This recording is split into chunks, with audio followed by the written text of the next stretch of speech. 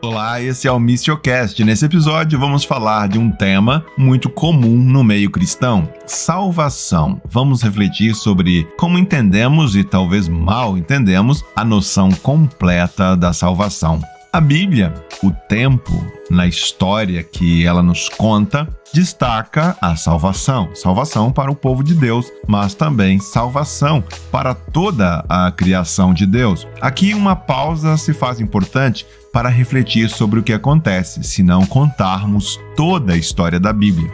Se não o fizermos, é fácil que a ideia de salvação se reduza a algo do tipo: a salvação para mim, salvação para que quando eu morrer, eu vá para algum outro lugar e esteja salvo. Aconteça o que acontecer com o restante da criação de Deus, salvação é para eu ir para o céu. Nesse tipo de entendimento, é fácil para algumas pessoas imaginarem que a criação, todo esse mundo à nossa volta e também nossos corpos criados, são coisas ruins. Trata-se de uma compreensão que vê o mundo físico, o mundo material que envolve tudo o que vemos, inclusive o nosso corpo, como coisas tolas, estúpidas e velhas das quais estamos ansiosos para nos libertar. Na verdade, em nossa cultura atual, existe um tipo de entendimento, de certa forma semelhante em algumas coisas, ao que os primeiros cristãos ou os primeiros mestres, os pais da igreja, tiveram que enfrentar. São pessoas que dizem: este corpo é uma casca inútil, uma coisa secundária, eu gostaria de ter um tipo de corpo diferente ou um tipo completamente diferente de identidade. De onde será que as pessoas tiram esse tipo de ideia? Não, na Bíblia somos informados de que a criação é boa, embora defeituosa e caída devido ao fracasso dos seres humanos em serem as pessoas para a criação que Deus queria que elas fossem, mas as Escrituras não oferecem qualquer ideia de que devemos desprezar nosso corpo e a criação de Deus. Embora nossos corpos estejam se deteriorando e caminhando em direção à morte, e que nossos corpos sejam o local do pecado, pecamos com, em e por meio de nossos corpos, isso não significa que Deus não está interessado em corpos, que Deus não deseja salvar corpos.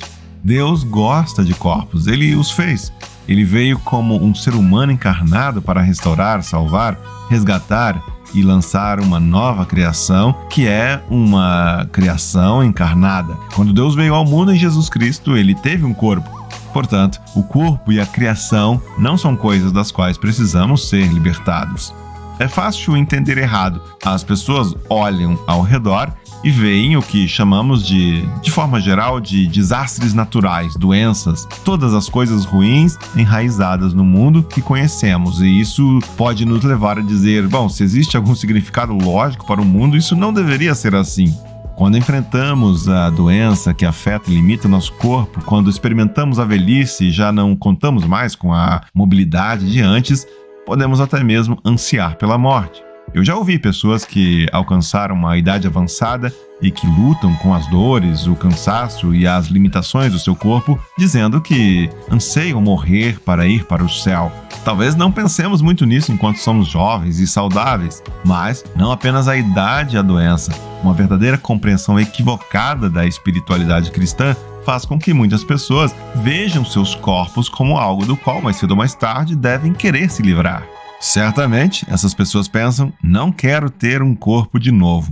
É claro que podemos nos compadecer daquelas pessoas que enfrentam lutas com o corpo. Podemos compreender essas pessoas. Sim, o corpo pode parecer assim como um fardo às vezes, mas nos prometeram novos corpos, nos prometeram uma nova criação. Você já deve ter passado pela experiência de encontrar alguém que você conheceu muito bem. Você lembra dessa pessoa como alguém saudável, disposto, alegre, mas ela esteve muito doente. Então, ao revê-la, você pode pensar com você mesmo: nossa, ela é apenas uma sombra do que costumava ser. Agora, se você faz parte da família de Jesus, se você está, como o apóstolo Paulo diz, em Cristo, se em você habita o Espírito Santo, então você é agora mesmo apenas uma sombra do seu eu futuro. Sim, não passamos de uma sombra daquilo que realmente fomos criados para sermos. Há um verdadeiro você que Deus já conhece e ama. E Deus, por seu Espírito, está moldando você para que você se torne essa pessoa, essa nova pessoa na ressurreição.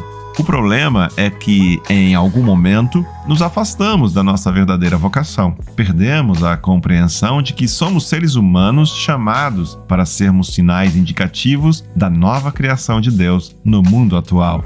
Existem muitos cristãos, inclusive pastores, que entendem que o nosso verdadeiro objetivo é ir para o céu. É o que todos queremos. Por isso, dizem eles, não precisamos nos preocupar com o trabalho social, não nos preocupamos com o cuidado dos pobres, deixamos isso para o governo, deixamos isso para o serviço social, para os políticos. É trágico quando pregadores dizem isso porque, na verdade, a igreja, ao longo dos séculos, teve uma boa atuação na educação, na medicina e especialmente no cuidado com os pobres. Tudo isso numa época, no início do Império Romano, quando essas não eram coisas que as pessoas reconheciam como obrigações morais. As pessoas no mundo romano antigo olhavam para os pobres e diziam, bem, eles são obviamente pobres porque merecem, azar o deles, vou cuidar do meu próprio interesse, não importo com eles. Mas os cristãos se importavam com os pobres, mesmo quando não tinham nada a ver com eles. As pessoas ficavam surpresas. O que é isso? Por que eles fazem isso? Por que se importam?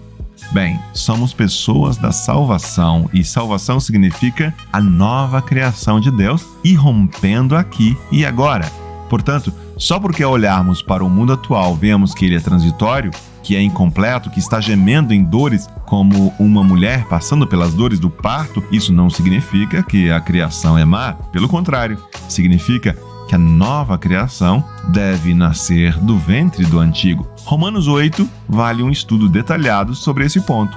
A criação sempre foi a fase inicial do plano de Deus, o plano de criar um mundo em que ele viveria com suas criaturas que carregam a sua imagem. A morada de Deus, lembre-se, está com os seres humanos. O problema surge quando lemos Gênesis 1 e 2 simplesmente como um exame moral no qual as pessoas fracassam. Você lê os primeiros capítulos de Gênesis, coça a cabeça e diz, meu Deus, todos nós falhamos no teste de Deus e agora o que vai acontecer? E alguém aparece e diz, bem, obviamente você merece morrer. Então dizemos, meu Deus, mas como eu posso enfrentar isso? E então ouvimos uma palavra do Evangelho que diz que, na verdade, outra pessoa morreu em seu lugar. Qual é o problema nisso? Na verdade, é melhor que as pessoas acreditem nisso do que em alguma sopa esotérica qualquer, ou em algum tipo de fé inconsistente, sincrética, ou em outros tipos de filosofia. Mas, na verdade, o fato de Jesus morrer em nosso lugar não é porque houve um exame moral em que todos nós falhamos. Jesus morreu em nosso lugar porque ele assumiu sobre si o peso de todo o mal do mundo, o caos e o desastre de toda a criação. Se você ler as histórias de Jesus, onde conta que ele foi para a cruz, e você fizer isso com a mente e o coração abertos, verá que não é apenas sobre Jesus ocupando o lugar dos pecadores. Ele faz isso com certeza, mas é sobre a própria criação, sobre a sombra, a escuridão da raiva, da amargura e da traição que as pessoas lançaram sobre Jesus. É como se as histórias estivessem dizendo que foi aí que o mal de toda a criação fez o pior. A cruz foi o lugar onde Deus mesmo, pessoalmente, fez o máximo e resgatou o mundo desse pecado, morte, escuridão e caos ao morrer sob o seu peso. E então lançou em sua ressurreição a nova criação. Só quando você vê a história dessa maneira é que sente a força da ressurreição. Infelizmente, muitas vezes as pessoas veem a salvação como simplesmente ir para o céu. Elas escutam sermões como os que acontecem no dia da Páscoa, onde o pastor diz que Jesus ressuscitou, portanto, há um céu e você pode ir para lá. Mas será que é esse o ponto? Seria essa a mensagem da Páscoa? Não, esse não é o ponto das histórias da Páscoa. A questão na história da Páscoa é que Deus lançou sua nova criação na terra como no céu. E agora ele está recrutando pessoas para fazer parte desse projeto. Porque o projeto agora é Gênesis 1, um Gênesis 1 renovado. É o projeto de Abraão renovado. Criação e nova criação, aliança e nova aliança. Da mesma forma que Adão e Eva foram chamados a ser portadores da imagem de Deus, ao povo de Israel foi dito que deveriam ser o sacerdócio real. No livro do Apocalipse, vemos que as pessoas são informadas de que foram resgatadas, salvas, não para que possam ir para o céu e ficar sem fazer nada pelo resto da eternidade, mas para que possam ser o sacerdócio real. Sacerdócio real porque, como portadores da imagem, vocês estão assumindo a administração de Deus no mundo. Deus governa, Jesus é rei. Somos seus súditos que governam com ele sobre esse mundo. Sacerdócio, porque, como portadores da imagem, vocês estão refletindo os louvores da criação de volta a Deus. Quando aqueles que seguem a Jesus são cativados por essa visão, descobrem que têm uma nova vocação que se desdobra em 1000 maneiras diferentes de colocar isso em prática. Toda a Bíblia está contando a história da criação e da nova criação, não da abolição da criação, mas de seu resgate, sua salvação. E quando compreendemos e assumimos essa linda palavra, salvação, é aí que nos colocamos no mapa dos propósitos de Deus.